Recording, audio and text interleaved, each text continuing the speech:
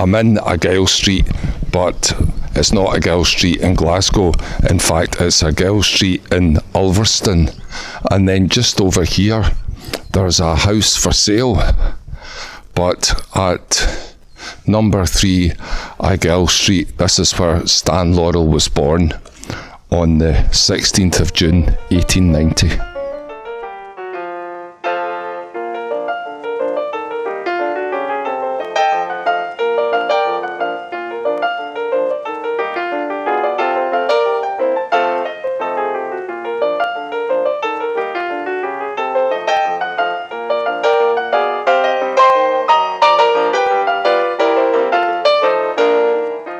I'm in the lovely town of Ulverston in Cumbria, north of England, and this is the town that Stan Laurel was born in.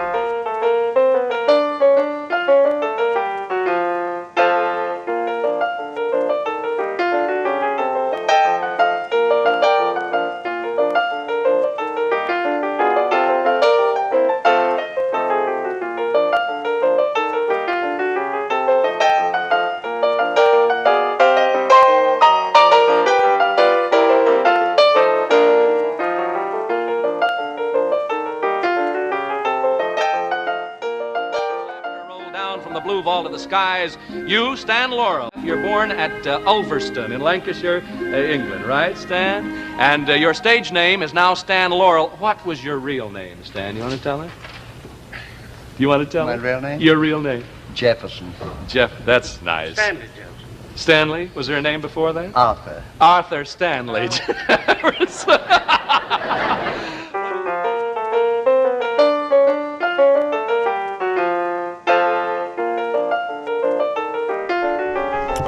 This statue here was unveiled by Ken Dodd in 2009. It's at the Coronation Hall in the centre of Ulverston.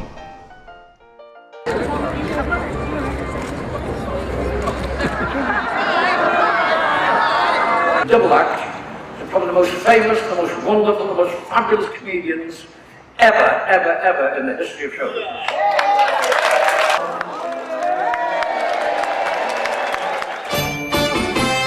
Happiness, happiness, the greatest gift that I possess. I thank the Lord that I've been blessed with more than my share of happiness. To me, this world is a wonderful place. I'm the luckiest human in the human race. I've got no silver and I've got no gold, but I've got happiness in my soul. Happiness to me is an ocean tide, a sunset fading on a mountainside, a big old heaven full of stars above, when I'm in the arms of the one I love. Oh, happiness, happiness, the greatest gift that I possess. I thank the Lord that I've been blessed with more than my share of happiness. Happiness is a field of grain, turning its face to the falling rain. I see it in the This is the Lorna Hardy Museum, just in here. It also serves as a cinema.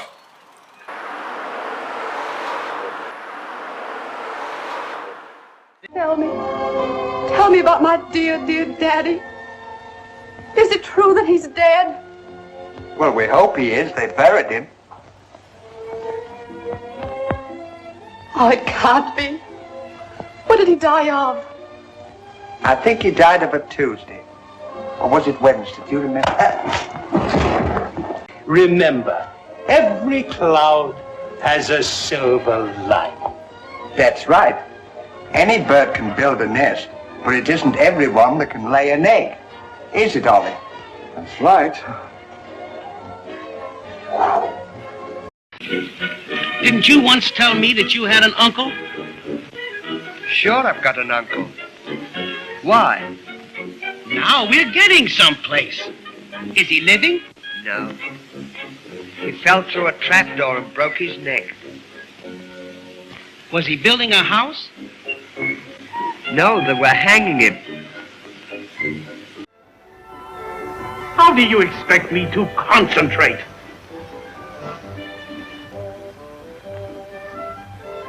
If you must make a noise, make it quietly. Make a noise quietly.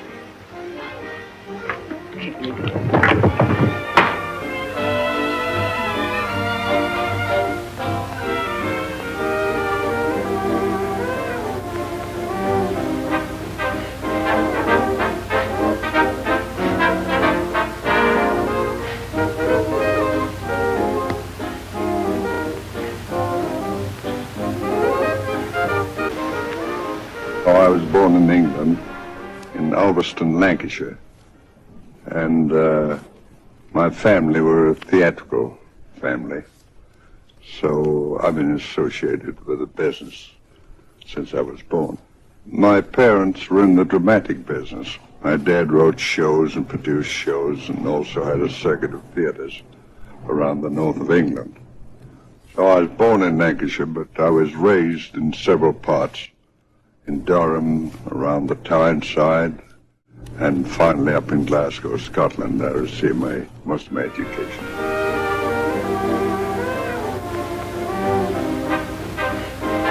Ladies and gentlemen. With your hat off. Oh, I beg your pardon. Pardon. Ladies and gentlemen, with your hat off. Oh, It's the you fir- don't say that. Ladies and gentlemen, I'm You so... said that once. All right.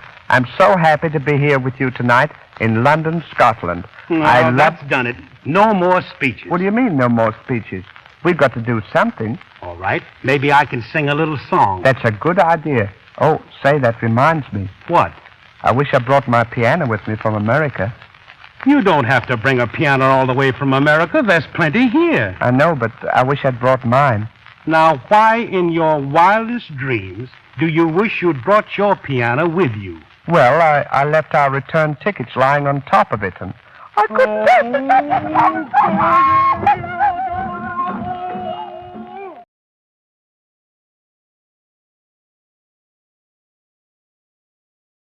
Thrill at the thrill of anything military.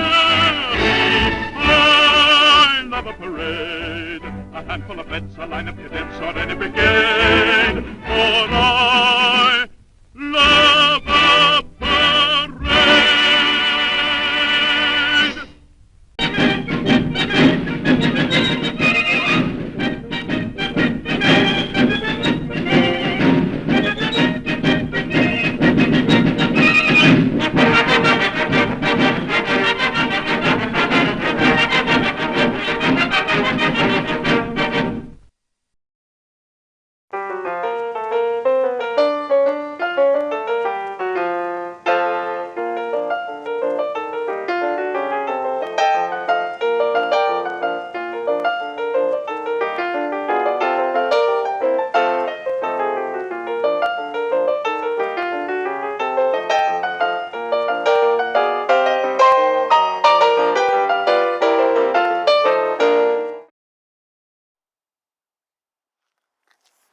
I'm in Rutherglen, and this is 57 Buchanan Drive. Previously this was known as Craiglee, but I noticed that they've changed the name of the house, probably to keep away discouraged people like me.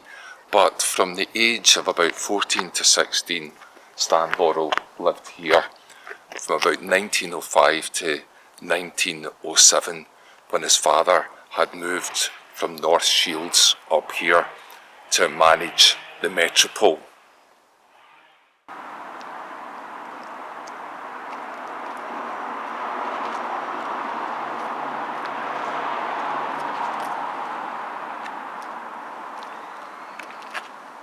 Behind me is Stone Law School, also in Rutherglen, and this is just 5 minutes walk away from where Stan was staying, so he came here to school.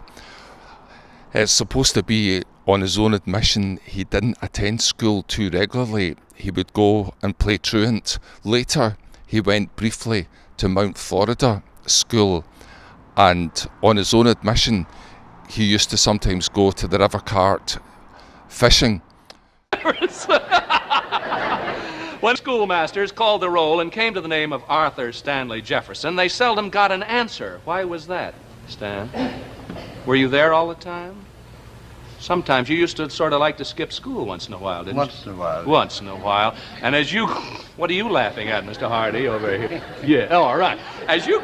So even at an early age, his mind was elsewhere about his future, but he did come to regret this, and with his daughter, he emphasised that education was very important, and he wanted her to have the education that he felt he didn't fully have. But obviously he learned enough for his profession.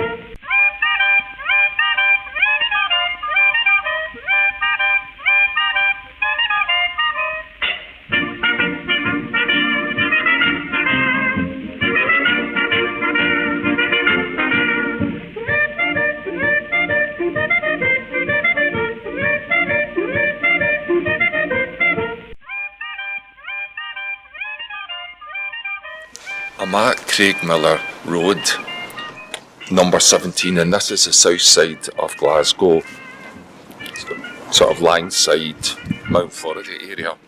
And just up there, the top right, the brown window, that was where Stan Laurel lived from 1907 to 1908, and his mother, as far as I understand, carried on living there until her death. She died quite young, when she was about 47.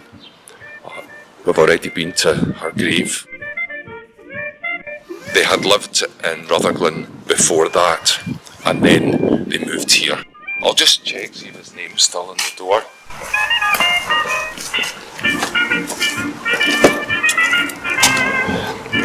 No, doesn't seem to be there.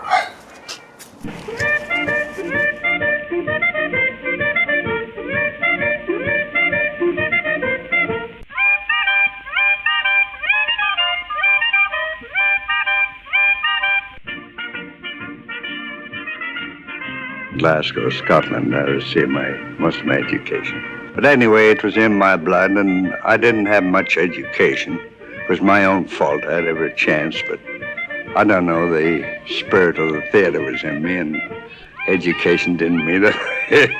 It was more glamour.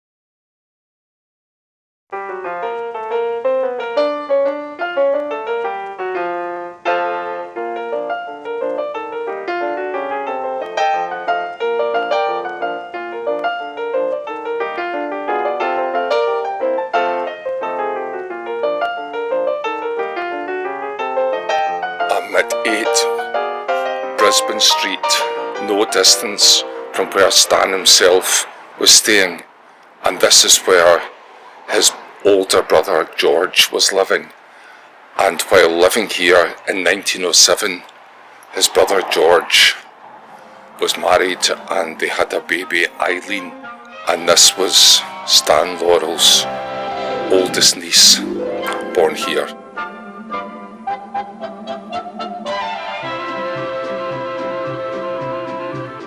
Stan was very close to his older brother.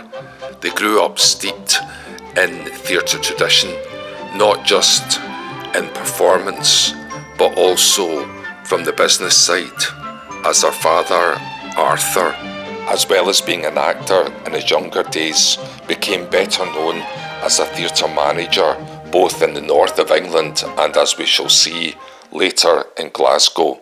Both of these traditions of acting and the business of theatre would be passed on to his sons. This is Eggleton Street in the south of Glasgow, near the city centre. On the right is the O2 Academy, previously the New Bedford Cinema, which opened in the early 30s. On the left is the old Coliseum building, demolished in 2009. When it was demolished, some of the original features were revealed, including the original sign. This is how the Coliseum would have pretty much looked when Gordon took over the management in March 1913.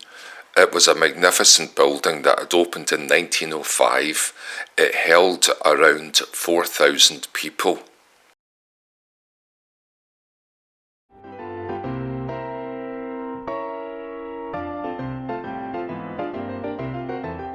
In Eggleton Street, and as we saw, this is the O2 Academy, and behind me was where the Coliseum stood. The Coliseum was built in 1904 but was demolished in 2009, which I feel is a real tragedy because it was a classic building, and it's a pity, unlike what is now the O2 Academy, it couldn't have been preserved and used a different function. Another piece of Glasgow gone. It's evident that George was a very good manager. Contemporary reviews say, "Sorry, no room tonight," is a phrase familiar to manager Jefferson. Interestingly, the same review talks about George Formby. This is not the George Formby that most of us know, who became famous for singing and playing the banjo. This is actually his father, George Formby Sr., who was also an entertainer. That night, he played a new number which got a lot of praise, and the number is called "I Parted My Hair in the Middle." One night with a girl, you'll agree, I had an appointment and so, and as I'm just a little bit phony on her, in my best Sunday clothes I did go. I got her a nice bunch of flowers from a dustbin just up the back street. Then I stood in front of the looking glass there to make my appearance complete. Then I parted my hair in the middle, in the middle, in the middle. Then I noticed our tomcat was washing his face on the front doormat. He carefully curled his mustache, and at me his left eye did twiddle. Then I knew that he'd got an appointment as well, 'cause he'd parted his hair in the middle. Another controversial booking by Gordon was of Jack Johnston, the first black heavyweight boxing champion of the world, who arrived in the UK in September 1911 and toured British music halls doing a review show which included inviting volunteers from the audience and an occasional song or two. Bishops, university heads, and even a young Winston Churchill criticised this tour because they did not like the idea of a black man being hero worshipped by the indigenous white population. It's tragic what happened to Gordon subsequently. In 1917, he was forced to leave his employment at the Colosseum, where he'd obviously been very successful, and due to the war effort became an engineer to do with submarines. Subsequently, he returned to the theatre, doing some playwriting and acting. For example, he was the principal actor in a play called Kilts and Kisses. I suppose it was hard to make a living from the theatre, maybe, and he went back to the north of England, where he got a job with Nestle. Unfortunately, while doing this job, he was convicted of fraud and sentenced to 4 months in jail. He then came back up to Glasgow and got a job in a cinema. I suppose for him, by then Stan, his younger brother, was famous, and maybe he had a sense of inferiority. But working in the cinema, he again was found to be embezzling money and was dismissed. So once again he returned to the north of England and became homeless, and then at the age of 53 he died in a Salvation Army hostel. That was on the 29th of October 1938. His wife and his daughter never left the west of Scotland, and they actually both died in the same year, 1951, while living in Kirkintilloch. I get a lot of my information from this book here, which I'll definitely recommend. This book focuses on Arthur Jefferson, Stan Laurel's father, who was quite a character.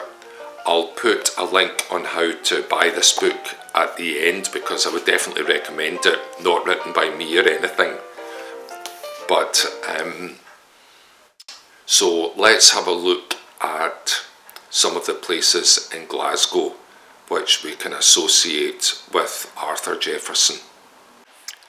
When Arthur Jefferson first relocated to Glasgow in 1906, he established an office at 2 Queen's Park Terrace, which we're looking at now.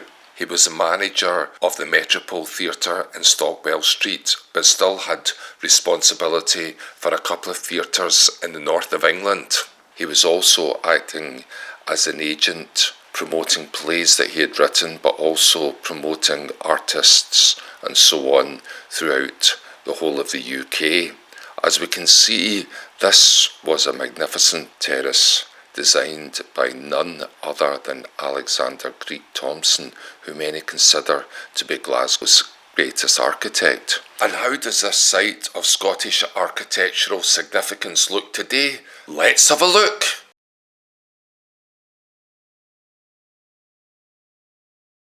The terrace was demolished in 1981 and the flyover was built. Glasgow is one of the few cities which has a flyover which runs right through the middle of the city. Questions have been asked about how this came to be, because so much of Glasgow's great architecture was destroyed in the process.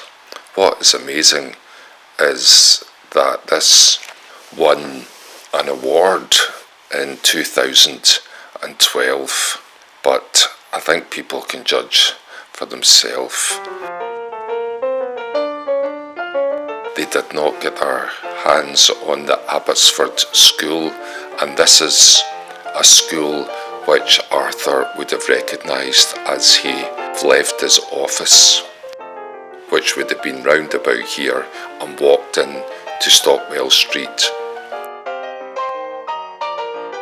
this is where Arthur worked at the Metropole Theatre, which was to the left of the very famous Scotia Bar, very famous in Glasgow. For example, Billy Connolly used to do concerts here. What's amazing about the Metropole is the small entrance, but the entrance was more like a tunnel, because when you went through this entrance, you came to a very tall building, as we can see here. So behind me is,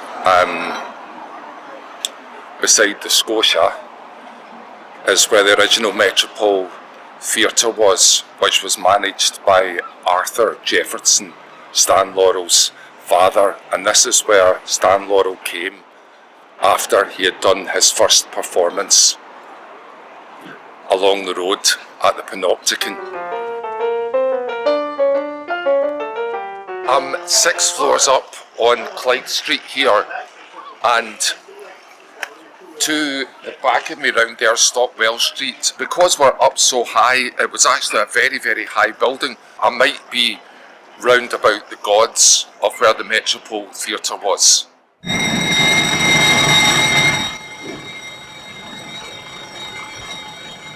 Very unfortunately, in 1961, the Metropole Theatre burned down.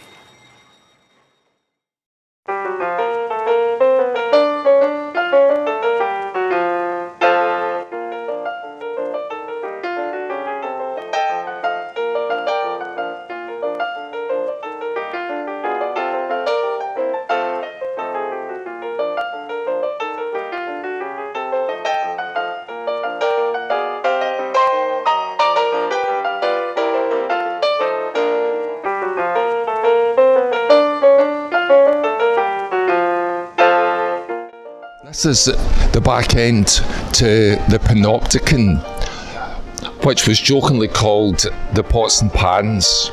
And Stan Laurel, at the age of 14, did his very first ever performance here. His father was the manager of another music hall. He was too embarrassed to let his father know that he was going to perform, because his father had been a performer, as had his mother, but his father had found management to be more lucrative and was encouraging Stan to go into that end of show business. But the owner of this place was a legendary character, J.K. Pritchard, and he actually told Stan's father that he was performing. So Stan was on stage. It wasn't until near the end of his performance that he saw his father. He tripped up. He got the biggest laugh of his performance, so it was a learning experience for him. But actually, after he came off stage, his father told him he was extremely proud of him.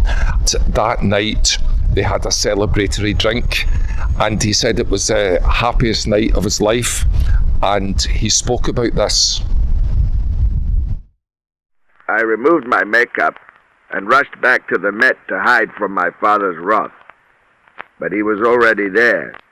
He called me into his office, where for what seemed like several minutes, neither of us spoke. Finally, he glanced at me and said, "Not bad, son, but where on earth did you get those gags?" Fearfully, I told him the whole story and waited for the storm to burst. Slowly, he rose to his feet. "Have a whiskey and soda?" he asked quite casually. At first, I could not believe my ears, but when it dawned on me, I seemed to grow 6 inches in as many seconds. My boyhood was behind me. Dad was accepting me as a man. Then I did the silliest thing. I burst out crying. Putting his arm around me, he led me into the theater bar, and with eyes glistening, introduced me to his friends as my son Stan, the new comedian. Was I proud? I still think it was the greatest moment of my life. The oldest theatre in Glasgow is the Theatre Royal, which was built in 1867. It still stands in Hope Street.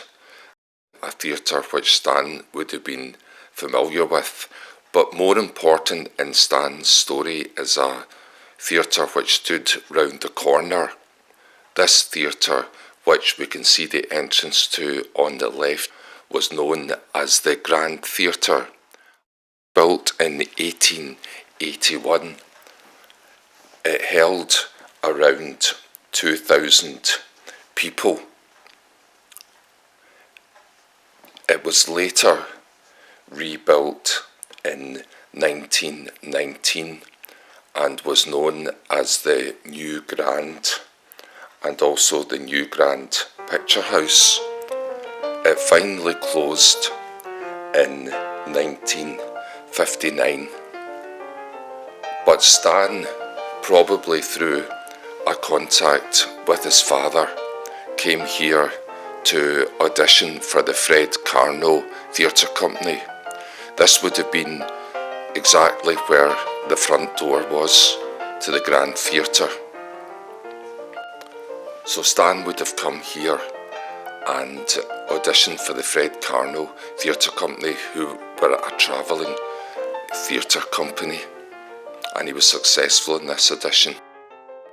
Behind me is where the Grand Theatre stood in Kirkcaldy, and this is where Stan Laurel came, and he auditioned for Fred Carnot and very quickly joined the Fred Carnot Company and was sent down to Manchester, where he was an understudy for Charlie Chaplin.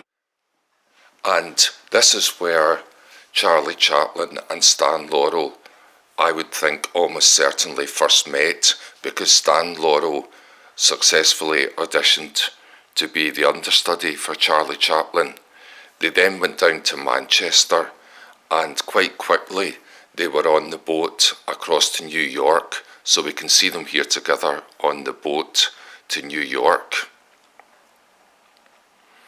This, you may think, is a photograph of Charlie Chaplin, but actually this was a photograph taken in 1916 of Stan Laurel.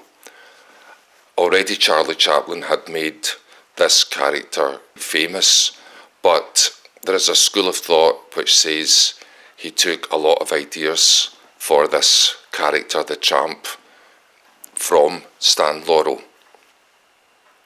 The two of them had a bit of a rocky relationship. Stan always said that Charlie was a genius, but he thought of him as a bit mean